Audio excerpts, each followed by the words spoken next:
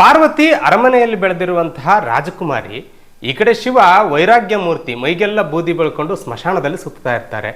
ಇವರಿಬ್ಬರ ನಡುವೆ ಪ್ರೀತಿ ಹೇಗಾಯ್ತು, ಇವರಿಬ್ಬರ ಪ್ರೇಮ ಪ್ರಸಂಗ ಹೇಗ್ ನಡೀತು ಅನ್ನೋದು ಬಹಳ ಜನರಿಗೆ ಕುತೂಹಲ ಇರುತ್ತೆ. ಪಾರ್ವತಿ ಬೆಳಿತಾ ಇರುವಾಗಲೇ ಒಂದ್ಸಲ ನಾರದರು ಬಂದು ಪಾರ್ವತಿಗೆ ಶಿವನ ಬಗ್ಗೆ ಹೇಳಿ ಆ ಕುತೂಹಲವನ್ನ ಹುಟ್ಟಿಸಿರ್ತಾರೆ. ಪಾರ್ವತಿಗೆ ಶಿವನ ಮೇಲೆ ಪ್ರೇಮಾಂಕುರ ಆಗಿರುತ್ತೆ. ಇನ್ನ ಒಂದ್ಸಲ ಏನಾಗುತ್ತೆ ಅಂದ್ರೆ, ಇನ್ನೇನ್ ಪಾರ್ವತಿ ಯೌವನಕ್ಕೆ ಬರಬೇಕು, ಆ ಸಂದರ್ಭಕ್ಕೆ ಸರಿಯಾಗಿ ಶಿವ ತಪಸ್ಸು ಮಾಡ್ತಾ ಹಿಮಾಲಯದ ಗಂಗೋತ್ರಿಗೆ ಬರ್ತಾರೆ. ತನ್ನ ರಾಜ್ಯದಲ್ಲಿ ಶಿವ ತಪಸ್ಸು ಮಾಡ್ಲಿಕ್ಕೆ ಬಂದಿದ್ದಾನೆ ಅಂತ ಗೊತ್ತಾದಾಗ ಹಿಮಾಲಯದ ಗಿರಿರಾಜ ಬಹಳ ಸಂತೋಷವನ್ನ ಪಡ್ತಾರೆ. ಜೊತೆಗೆ ಅಲ್ಲಿ ಹೋಗಿ ನೋಡ್ಕೊಂಡು ಬರೋಣ ಅಂತ ಹೇಳಿ ತನ್ನ ಮಗಳಾದ ಪಾರ್ವತಿಯನ್ನು ಜೊತೆಯಲ್ಲಿ ಕರ್ಕೊಂಡು ಹೋಗ್ತಾರೆ. ಪಾರ್ವತಿಗೆ ಈಗಾಗಲೇ ಶಿವನ ಮೇಲೆ ಮನಸ್ಸಿದ್ದಿದ್ರಿಂದ ನಾನು ದಿನಕ್ಕೊಂದ್ಸಲ ಬಂದು ಶಿವನಿಗೆ ಸೇವೆ ಮಾಡ್ಬಿಟ್ಟು ಹೋಗ್ತೀನಿ ಅಂತ ಅವ್ರ ಅಪ್ಪನ ಹತ್ರ ರಿಕ್ವೆಸ್ಟ್ ಮಾಡ್ತಾಳೆ.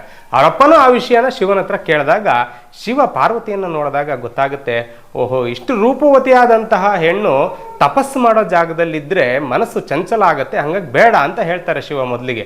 ಆದರೆ ಪಾರ್ವತಿ ಕೇಳಬೇಕಲ್ಲ, ತಾನೇ ವಾದಕ್ಕಿಳಿದು ಶಿವನನ್ನ ವಾದದಲ್ಲಿ ಮಣಿಸಿ ಆಯ್ತಪ್ಪ ನೀವು ನಾಳೆಯಿಂದ ಬರಬಹುದು ಅಂತ ಶಿವ ಒಪ್ಕೊಂಡು ಬಿಡ್ತಾರೆ. ಅಷ್ಟರ ಮಟ್ಟಿಗೆ ಇರ್ತಾರೆ ಪಾರ್ವತಿ. ಸೊ ನಾಳೆಯಿಂದ ಎವ್ರಿ ಡೇ ಪಾರ್ವತಿ ಶಿವನನ್ನ ಮೀಟ್ ಮಾಡ್ಲಿಕ್ಕೆ ಬರ್ತಾ ಇರ್ತಾರೆ. ಒಂದ್ಸಲ ಏನಾಗುತ್ತೆ, ಇವ್ರು ಹಿಂಗೆ ಬಿಟ್ರೆ ಇವರಿಬ್ರ ನಡುವೆ ಮದುವೆ ಆಗೋದು ಬಹಳ ಲೇಟ್ ಆಗುತ್ತೆ ಅಂತ ಹೇಳ್ಬಿಟ್ಟು ಇಂದ್ರ ಏನ್ ಮಾಡ್ತಾನೆ, ತನ್ನ ಸ್ನೇಹಿತನಾದ ಮನ್ಮಥನನ್ನ ಕರೆದ್ಬಿಟ್ಟು ಅವರ ಶಿವನ ಮೇಲೆ ಬಾಣವನ್ನ ಹೂಡಿ ಪಾರ್ವತಿಯ ಮೇಲೆ ಮನ್ಸಾಗುವಂತೆ ಮಾಡು ಅಂತ ಹೇಳ್ತಾನೆ.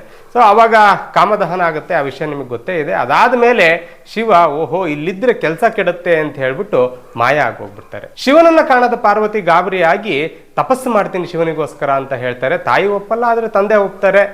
ಶಿವನನ್ನು ಕುರಿತು ತಪಸ್ಸು ಮಾಡ್ಲಿಕ್ಕೆ ಆರಂಭ ಮಾಡ್ತಾರೆ. ಶಿವನು ಬೇರೆ ಬೇರೆ ಬೇರೆಯವ್ರ ಕೈಲಿ ಹೇಳ್ತಾನೆ, ಶಿವ ಸರಿ ಇಲ್ಲ, ಅವನ ತಂಟೆಗೆ ಹೋಗ್ಬೇಡ, ಶಿವ ಹಂಗೆ ಶಿವ ಹಿಂಗೆ ಅಂತ.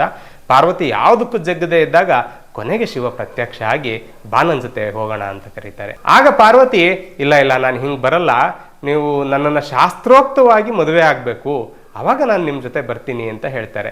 ಹೀಗೆ ಶಿವ ಮತ್ತು ಪಾರ್ವತಿಯ ನಡುವೆ ಪ್ರೇಮ ಆಗುತ್ತೆ. ಇವರಿಬ್ಬರು ಕೂಡ ಮದುವೆ ಆಗ್ತಾರೆ. ಆ ಮದುವೆಯಾದ ದಿನವೇ ಶಿವರಾತ್ರಿ.